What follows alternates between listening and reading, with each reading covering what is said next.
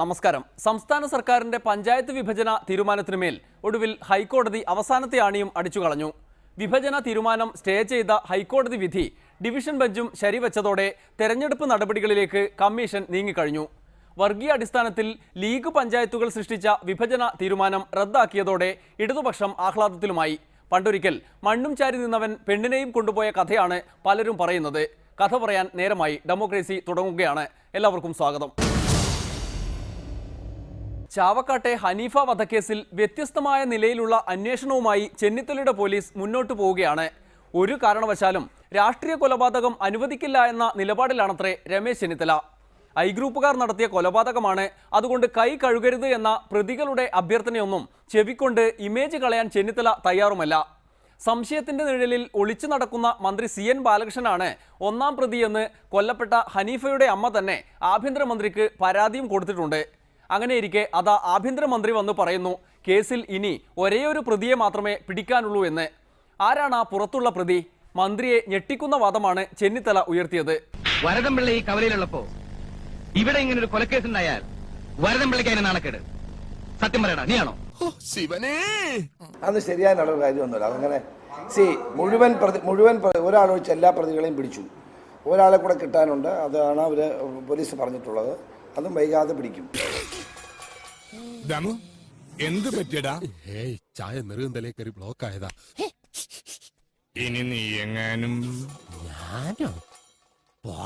അതിനകത്തൊന്നും ഒരു രാഷ്ട്രീയ ഗ്രൂപ്പോ ഒന്നുമില്ല. എല്ലാം ശക്തമായ നിലയിൽ പോലീസിന്റെ അന്വേഷണം.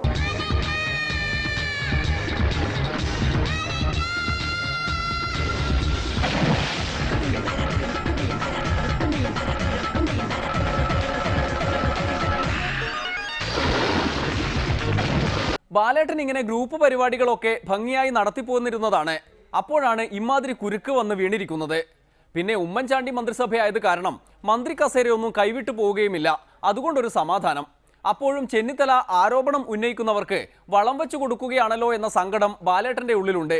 പിടികിട്ടാനുള്ള ആ ഒരു പ്രതിയുടെ പേരിൽ ഇങ്ങനെ ക്രൂശിക്കല്ലേ എന്ന പരാതിയും.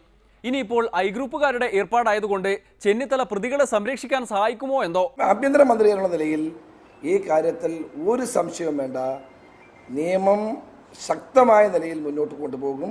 ഒരു കുറ്റവാളിയും രക്ഷപ്പെടാൻ പോകുന്നില്ല. എന്തായാലും എന്നൊന്ന് രക്ഷിക്കണം. എന്നെ ഇതിനൊന്ന് രക്ഷിക്കണം.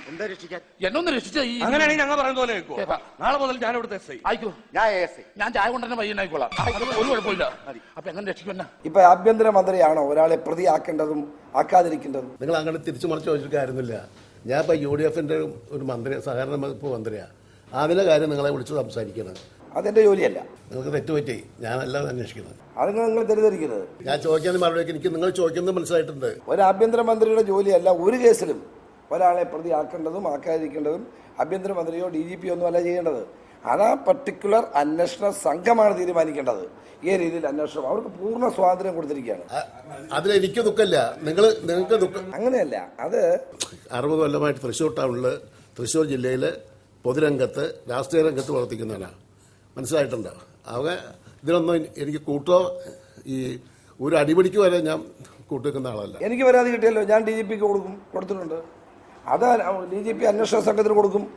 അന്വേഷണ സംഘം തീരുമാനിക്കട്ടെ എന്ത് ചെയ്യണമെന്ന്. അവർ ശാസ്ത്രീയമായ നിലയിൽ അത്തരം കാര്യങ്ങൾ വെളിച്ചത്ത് കൊണ്ടുവരാനുള്ള സംവിധാനം ഇന്ന് കേരള പോലീസിനുണ്ട്. ഞാൻ പറയട്ടെ, ഞാൻ DC പ്രസിഡന്റായ സമയത്ത് എനിക്കെതിരായുള്ള കക്ഷികൾ അവരും കൂടി മാന്യമായി പെരുമാറുന്ന ആളാണ് ഞാൻ. അപ്പോൾ ഇതെങ്ങനെ വന്നു വെച്ച് ഞാൻ അന്വേഷിച്ചോട്ടെ കാര്യമുള്ളൂ. അല്ല, അതൊക്കെ എന്ത് ചെയ്യണം എന്നുള്ളത് അന്വേഷണ സംഘം തീരുമാനിക്കണം. നിങ്ങൾ എന്നെ സഹായിക്കുക. നിങ്ങളിവിടെ എന്തിനായാലും കൂട്ടുവെക്കണം. ഇപ്പോൾ ഒരു അഭിപ്രായ വ്യത്യാസം ഇല്ലല്ലോ. നമ്മൾ തമ്മിൽ അന്ന് പറഞ്ഞതിന് ശേഷം ഒന്നും ഉണ്ടായില്ലല്ലോ. ഇനി ഒന്നും ഉണ്ടാവുകയില്ല, സംശയം വേണ്ട.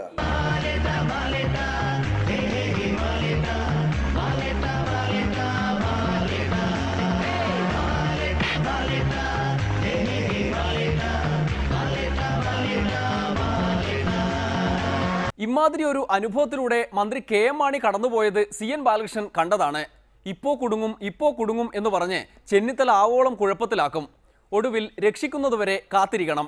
മാണിയുടെ ആ അനുഭവം ഓർക്കുമ്പോഴാണ് CN ബാലകൃഷ്ണനും ശ്വാസം നേരെ വീഴുക. CN ബാലകൃഷ്ണനെ ചെന്നിത്തല രക്ഷിക്കട്ടെ.